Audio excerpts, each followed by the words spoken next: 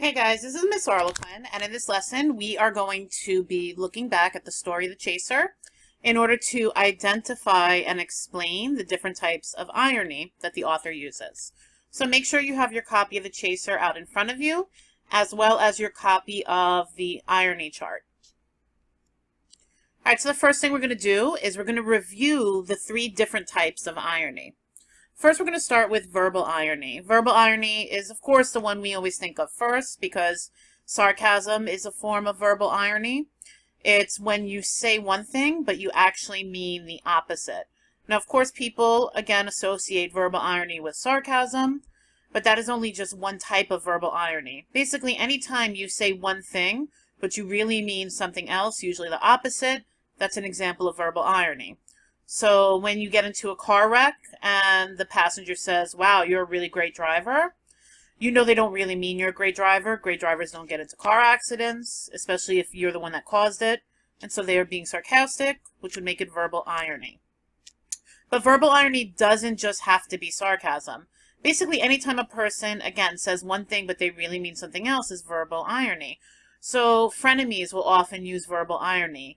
They pretend and they'll say things like they're really friends with you and they're being nice, but in their head, they're wishing bad things or thinking how much they hate you.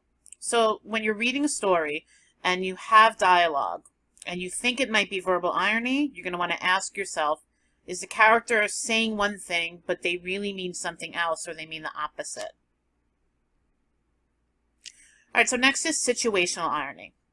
Situational irony is exactly what it sounds like. It's when the situation or the event that's being described is the opposite of what you would expect or the opposite of what would be appropriate in that situation. So a lifeguard who is supposed to be the one who saves you from drowning, if they end up drowning themselves, that would be an example of situational irony.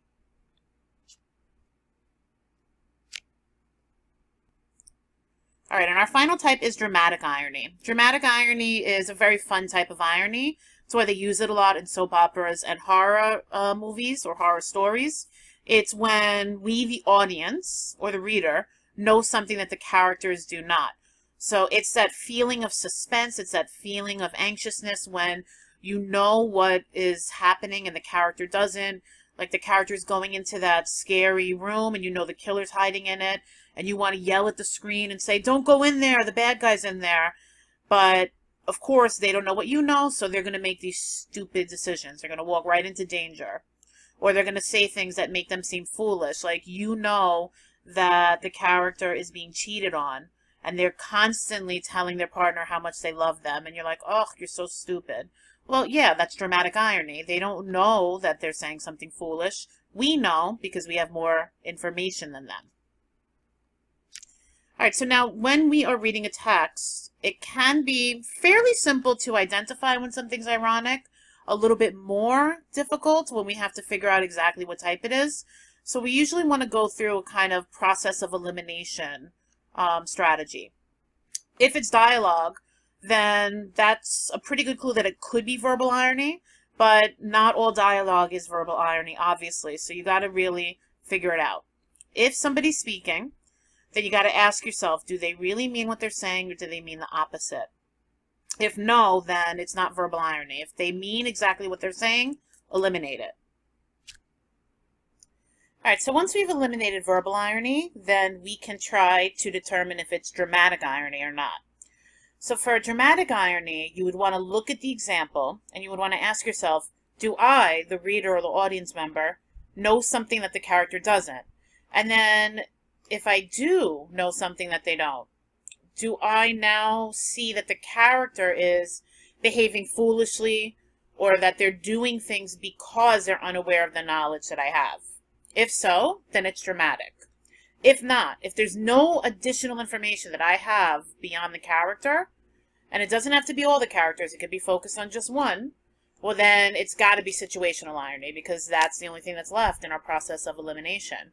So you want to always, though, make sure. Just because you've eliminated verbal and dramatic doesn't mean you did so correctly. So you also still want to check if it really is situational irony, and you want to do that with a couple of guiding questions. First, you want to consider, what's happening in the situation? What are the actual basics? Who's involved? Where is it taking place? What, when? Like 5 W's. Think about what you would normally expect in a situation like this. Like, is it reasonable in a police station for police officers to be behaving a certain way, or for the criminals to be behaving the way that they're behaving?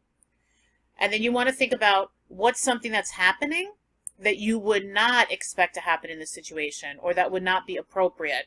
So in a police station, I would expect that the police officers are in charge, that criminals are being arrested, that the criminals are tied up.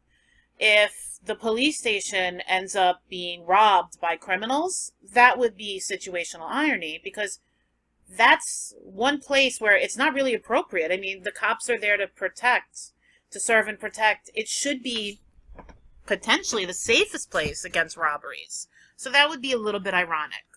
And then you can also consider for situational irony if there's kind of a twist or a surprise. A lot of times ironic endings in stories are considered twist endings or surprise endings.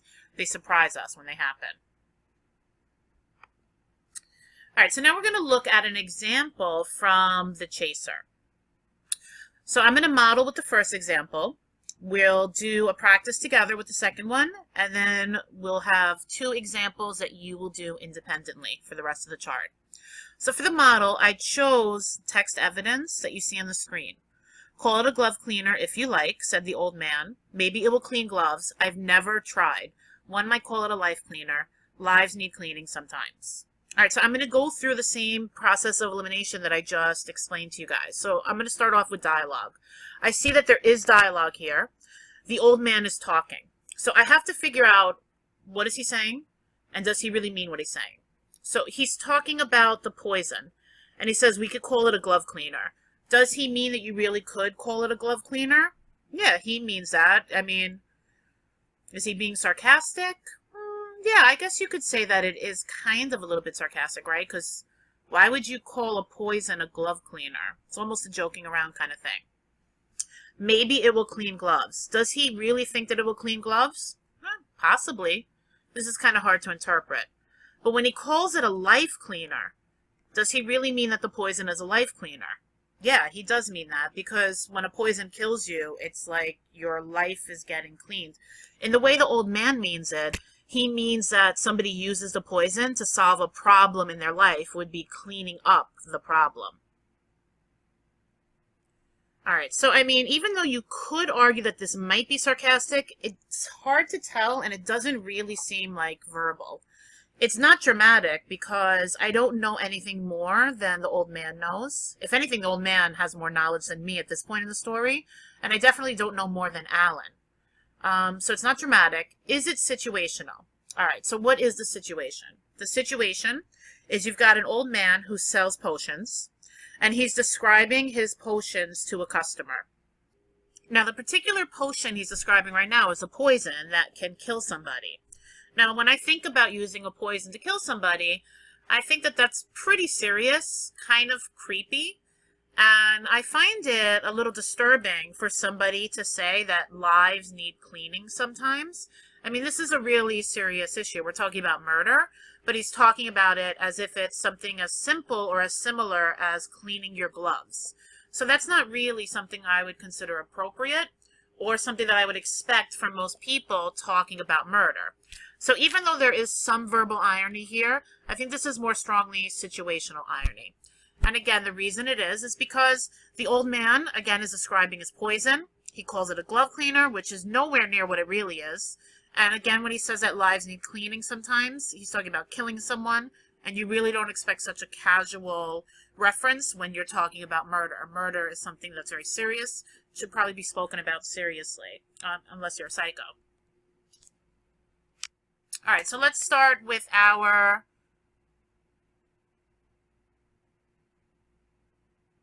All right, so let's move on to our second example. Please a customer with one article, and he will come back when he needs another, even if it is more costly. He will save up for it if necessary.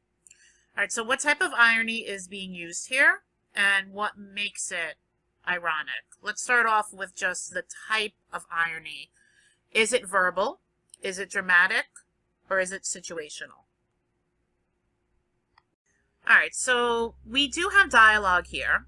So I want to see if I can eliminate or determine if it's verbal irony. When the old man says, if you please a customer, if you make a customer happy with one article, with one purchase, he will come back when he needs another. Does he mean that? Well, yeah, he does mean that. Obviously, if you're a salesman, you want somebody to be happy with what you sell them and then come back and buy more things. That's what's going to help you make money. Even if it's more costly, even if it's more expensive, he will save up for it if necessary. Well, yes, of course, that's just logic. If something is expensive and someone really wants it, they'll save up the money to go get it. So this is not verbal irony. Is it dramatic irony? When the old man tells Alan that people will come back and buy something that's more expensive, does the old man know something that Alan doesn't? Do I know something that Alan doesn't? Or do I know something that the old man doesn't? Well, yeah, I do, actually. The old man is clearly talking about Alan here. When we get to the end of the story, we know that the old man expects Alan to come back and buy the poison. Alan has no idea that when he says, when he needs another or please a customer, that the old man is talking about him. So this is dramatic irony. So what makes it ironic, once again, is that he's referencing Alan. The old man is implying that Alan will return to buy the poison. We know it's what Alan is going to do, but Alan doesn't realize it. So that makes it dramatic irony. I can also, just to clarify, eliminate this as situational irony, because there's nothing about this situation that's unexpected. It's not unexpected for a salesperson to want their customers to come back and buy more things. Once again, that's how they make money. All right, so now it's time for independent practice. You're going to find 2 or more examples of irony from the chaser. It's got to be at least 2. Anything more than that would, of course, be extra credit. Find those examples and add them to your irony chart. Make sure you bring that chart to class tomorrow. We will be starting our lesson by going over the examples we found for homework and then going into finding irony in our class story.